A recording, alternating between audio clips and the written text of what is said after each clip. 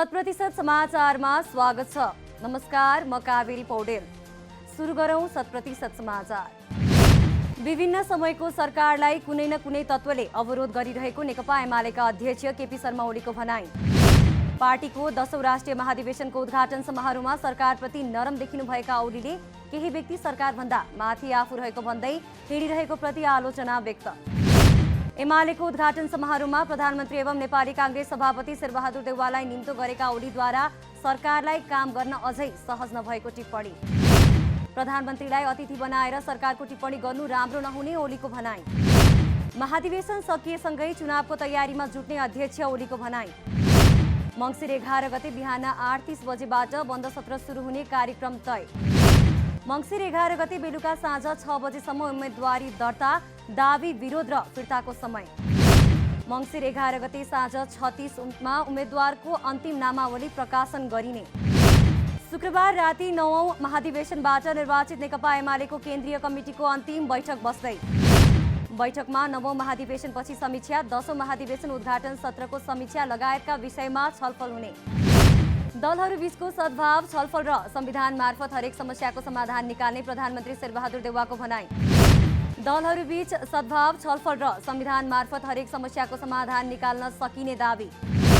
नेकपा एमालेले सरकारका विविध विधान अनुसार थिति बसाल्ने काममा साथ दिनुपर्नेमा जोड। अध्यक्ष ओली र आफू जेलमेट भएको बताउँदै त्यो बेला भोगेका दुःखलाई ध्यानमा राखेर अबका दिनमा कुनै नेपालीलाई दुःख नदिने गरी काम गर्नुपर्ने देउवाको भनाई। कोभिड-19 ले आक्रान्त भएको बेला सबै जनतालाई कोरोना विरुद्धको खोप पुर्याउनु आफ्नो पहिलो लक्ष्य भएको देउवाको भनाई।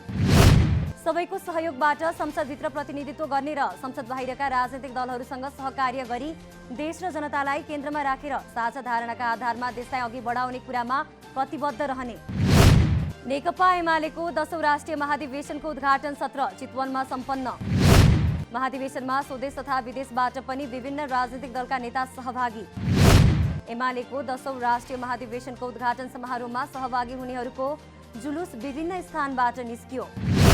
बाजागाजा, झण्डा, ब्यानर सहितको जुलुस उद्घाटन समारोहमा परिणत। पूर्वी नेपालबाट आएकाहरूको जुलुस भरतपुर बस टर्मिनल, पारस बस पार्कबाट र पश्चिम नेपालबाट आएकाहरूको जुलुस गैंडाकोट तर्फबाट कोट सभामा। आँपटारी, हाकिम चोक, वीरेन्द्र क्याम्पस सहित चोक, गैंडाकोट केन्द्रीय बस पार्क, विशाल चोक लगायत स्थानबाट जुलुस। ठूलो जुलुस भने भरतपुर बस पार्क, आँपटारी र गैंडाकोटबाट निकालिएको एमाले चितवन अध्यक्ष पार्वती रावलद्वारा जानकारी। जुलुसका कारण नारायणगढ क्षेत्रमा सवारी आवागमन ठप्प। भीड व्यवस्थापनका लागि स्थानीय प्रशासनले पूर्व पश्चिम राजमार्ग अन्तर्गत नारायणगढ खण्ड र नारायणगढको मुख्य बजार क्षेत्रभित्र बिहान 9 बजेदेखि अत्यावश्यक सेवाका बाहेक अन्य सबै सवारी साधन प्रवेशमा लगाएको हो रोक। महाधिवेशनका लागि देशभरबाट एमालेका प्रतिनिधिहरू चितवनमा भेला। नेपाल बार एसोसिएसनका पदाधिकारी र आन्दोलित कानून व्यवसायीद्वारा प्रधानमन्त्री शेरबहादुर देउवासँग छलफल। शुक्रबार प्रधानमन्त्री निवास बालुवाटार पुगेका कानून व्यवसायीद्वारा प्रधान न्यायाधीश चोलेन्द्र शमशेर जबराको पुनः राजीनामा माग। अदालतमा भइरहेको आन्दोलनबारे छलफल गर्न नेपाल बार एसोसिएसन र सर्वोच्च बार एसोसिएसनका पदाधिकारीलाई देउवाले बोलाए बालुवाटार। अहिलेको अदालतको समस्या समाधान भनेकै प्रधान न्यायाधीशको राजीनामा भएको नेपाल बार एसोसिएसनका अध्यक्ष चण्डेश्वर श्रेष्ठको भनाई। वकिल र न्यायाधीशको तर्फबाट प्रधान न्यायाधीशले विश्वास गुमाइसकेकाले राजीनामा दिन आवश्यक रहेको सर्वोच्च बारका अध्यक्ष पूर्णमान साक्यको जोड। प्रधान न्यायाधीशले गरेका न्यायमाथि विश्वसनीयता नभएको भन्दै प्रधान न्यायाधीशले घरबाटै राजीनामा दिनुपर्ने भनाई। यसअघि बिहिबार न्यायपालिकाको विकृति, विसङ्गति, भ्रष्टाचार विरुद्ध निरन्तर आन्दोलन गरिरहेको नेपाल बार एसोसिएसनद्वारा सर्वोच्च अदालत परिसरदेखि बालुवाटारसम्म बालुवाटार न्याय मार्च। लामो समय यता सर्वोच्च अदालतका न्यायाधीशहरूले बन्दी प्रत्यक्षीकरण बाहेकका मुद्दा हेरेनन्। नेपाल बार एसोसिएसनद्वारा प्रधान न्यायाधीश जबराले राजीनामा नदिएसम्म आन्दोलन नरोक्ने चेतावनी। राष्ट्रिय जनगणना 2078 बिना अवरोध सम्पन्न भएको केन्द्रीय तथ्याङ्क विभागको भनाई। राष्ट्रिय जनगणनाको सम्बन्धमा केही आशंकाहरू सामाजिक सञ्जालमा उब्जिएको भए पनि विभागले सम्बन्धित पक्षहरूसँग छलफल गरी जनगणना कार्यलाई अगाडि बढाएको भनाई। नेपालको जनसङ्ख्या 2,80,00,000 देखि 3 करोडको हाराहारीसम्म पुग्ने केन्द्रीय तथ्याङ्क विभागका महानिर्देशक नेविनलाल श्रेष्ठको अनुमान। जनसङ्ख्याको प्रारम्भिक नतिजा 3 महिनाभित्र आउने महानिर्देशक श्रेष्ठको विश्वास। केही गणकहरूले जनगणनाको समयमा पेन्सिलको प्रयोग गलत नियतले नगरी सुपरिवेक्षकलाई राम्रो अक्षर देखाउनका लागि गरिएको श्रेष्ठको स्पष्टोक्ति। दुर्गम र पुग्न कठिन ठाउँहरूमा पनि गणकहरूले जनगणना गरेको दावी। केन्द्रीय तथ्याङ्क विभागले देशभरका सम्पूर्ण भूभागमा जनगणना सम्पन्न गरिसकेको भनाई। केही विवादित क्षेत्रहरूमा भने कूटनैतिक पहल गरी छिटै गणना सम्पन्न गर्ने जानकारी। नबिल बैंकद्वारा सामाजिक उद्यमशीलताका लागि नबिल स्कुल अफ सोशल एन्टरप्रेन्योरसिप सुरु। शुक्रबार त्रिभुवन विश्वविद्यालयमा एक कार्यक्रम गरी त्रिभुवन विश्वविद्यालयको व्यवस्थापन संकाय स्कुल अफ म्यानेजमेन्टसँग कार्यक्रमको सम्झौता गरेर सोशल एन्टरप्रेन्योरसिपको सुरुवात। सामाजिक उद्यमशीलता कार्यक्रमले समाजमा उद्यमशीलताको माध्यमबाट सामाजिक समस्याको दीर्घकालीन समाधान गर्ने बैंकको उद्देश्य। बैंकले स्थानीय समुदायको सामाजिक उद्यम क्षमता र नेतृत्व विकासका लागि आवश्यक सिप र वित्तीय सहयोग प्रदान गर्ने। पहिलो चरणमा 7 प्रदेशको एक-एकवटा क्याम्पसँग सम्झौता गरेको नबिल बैंकका प्रमुख कार्यकारी अधिकृत अनिल केशरी शाहको भनाई। नबिलको एसएसई कार्यक्रमको दुवै कोर्स पूरा गरेको व्यक्ति उद्यमशीलताको स्पष्ट सोच विकास गरी नयाँ सामाजिक उद्यमको मोडल गर्दै बैंकबाट ऋण लिएर सामाजिक उद्यम सुरु गर्न सक्ने। नेकपा माओवादी केन्द्रका स्थायी समिति सदस्य वर्षमान पुनलाई थप उपचारका लागि चीनको थर्ड पिपुल्स हस्पिटल अफ सेन्सेज लगियो। विश्वमै बिरलै देखिने जटिल प्रकृतिको जन्डिसका कारण विगत 1.5 महिनादेखि बैंकक स्थित समिति वेज अस्पतालमा उपचाररत पुनको स्वास्थ्यमा सुधार भएन। नेता पुनसँगै पूर्व सभामुख तथा पत्नी ओन्सरी घट्टी र छोरी शिला बैंककबाट चीनको सेन्जेन प्रस्थान। रूस मितिभेज अस्पतालमा उपचार गरिरहेका चिकित्सकहरूद्वारा उल्लेख्य सुधार नदेखिएकाले उपचारका लागि सेन्जेन लैजान सुझाव। काठमाडौँबाट बैंकक लैजाँदा जन्डिसको तह 18 रहेकोमा उपचारका क्रममा बढेर अहिले 22 पुग्यो। जन्डिससँगै शरीरका अन्य अङ्गहरूमा पनि त्यसको असर देखिन थालेपछि नेता पुनलाई चीन लैजानु परेको परिवारको भनाई। यसअघि जन्डिसकै कारण स्वास्थ्य अवस्था निकै गम्भीर भएका बेला नेता पुनको सोही अस्पतालमा उपचार। नेपाल टेलिकमले 5औं पुस्ताको मोबाइल प्रविधि 5G परीक्षण गर्ने स्वीकृति। नेपाल दूरसञ्चार प्राधिकरणको गत हप्ता बसेको सञ्चालक समितिको बैठकद्वारा परीक्षण गर्न दिने निर्णय। प्राधिकरण बोर्डले परीक्षणको अन्तिम स्वीकृति दिनुपर्ने नै सञ्चार तथा सूचना प्रविधि मन्त्रीको अध्यक्षतामा रहने रेडियो फ्रिक्वेन्सी नीति निर्धारण समितिद्वारा नेपाल टेलिकमलाई 5G परीक्षण गर्न दिने निर्णय। प्राधिकरण बोर्डले टेलिकमलाई 2600 मेगाहर्ज ब्यान्डमा 5G परीक्षणका लागि 60 मेगाहर्ज फ्रिक्वेन्सी उपलब्ध गराउने निर्णय। फ्रिक्वेन्सी टेलिकमले परीक्षण अवधि सकिएपछि भने प्राधिकरणलाई फिर्ता गर्नुपर्ने।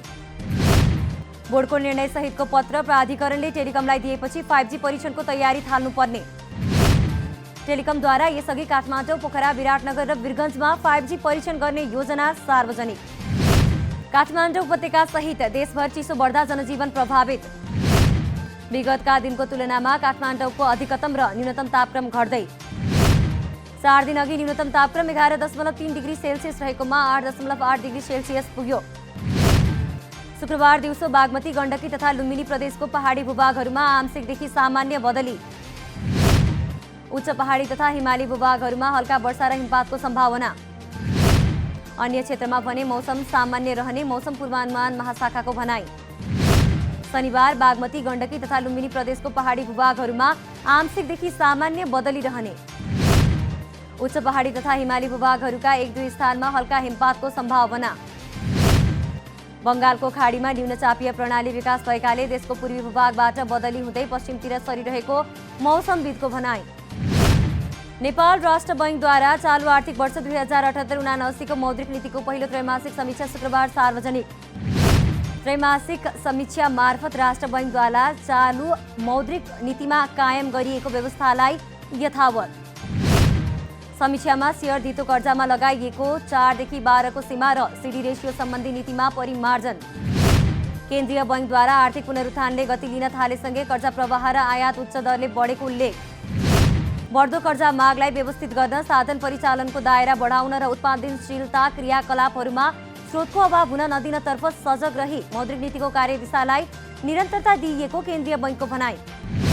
राष्ट्र बैंकले शेयर कर्जाको नीतिलाई परिमार्जन नगरेको भन्दै शेयर बजारका लगानीकर्ताको असन्तुष्टि। लैङ्गिक हिंसा विरुद्धको 16 दिने अभियान चलिरहँदा सल्यानमा एकजनाको हत्या। सल्यानको शारदा नगरपालिका 5 रानीकोटमा शुक्रबार बिहान 33 वर्षीय शेरबहादुर चन्दको शव आधा जलेको अवस्थामा भेटियो। हत्या आरोपमा 2 जना महिला पक्राउ परेको प्रहरीको भनाई। हत्या आरोपमा पक्राउ परेकी मध्ये मृतककी भाउजू आरोपित लक्ष्मी चन्दद्वारा बिहानै सदरमुकाममा रहेको बैंकमा जान लागेको समयमा देवरले आफूलाई बलात्कार प्रयास गरेको दाबी। आरोपितले छिमेकी 25 वर्षीय राधा पौडेललाई घटनाको बारेमा भनेपछि घटना बाहिरियो। घटना थाहा पाए लगतै प्रहरीद्वारा घटनाबारे अनुसन्धान सुरु। रुसको एक कोइला खानीमा आग लागि हुँदा 52 जनाको मृत्यु। लिसब्याजनाया खानीमा हावा जाने द्वारमा जम्मा भएको धुलोमा आग लागि हुँदा निसासिएर खानीभित्र रहेका 52 मजदुरको मृत्यु। घटनामा 49 मजदुर घाइते भएको बीबीसीद्वारा जानकारी। केही घाइतेको अवस्था गम्भीर रहेकाले मृतकको संख्या बढ्न सक्ने अधिकारीहरूको भनाइ। खानीमा फँसेकाहरूको उद्धार गर्न गएका 6 जनाको पनि मृत्यु भएको अन्तर्राष्ट्रिय सञ्चार माध्यमको भनाइ। शहीद स्मारक ए डिभिजन लिग फुटबल अन्तर्गत शुक्रबार भएको खेलमा सातो बाटो युथ क्लब विजयी। त्रिपुरेश्वर स्थित दशरथ रङ्गशालामा 3 स्टार क्लबलाई 1-0 गोल अन्तरले पराजित गर्दै सातो बाटोको पहिलो जित।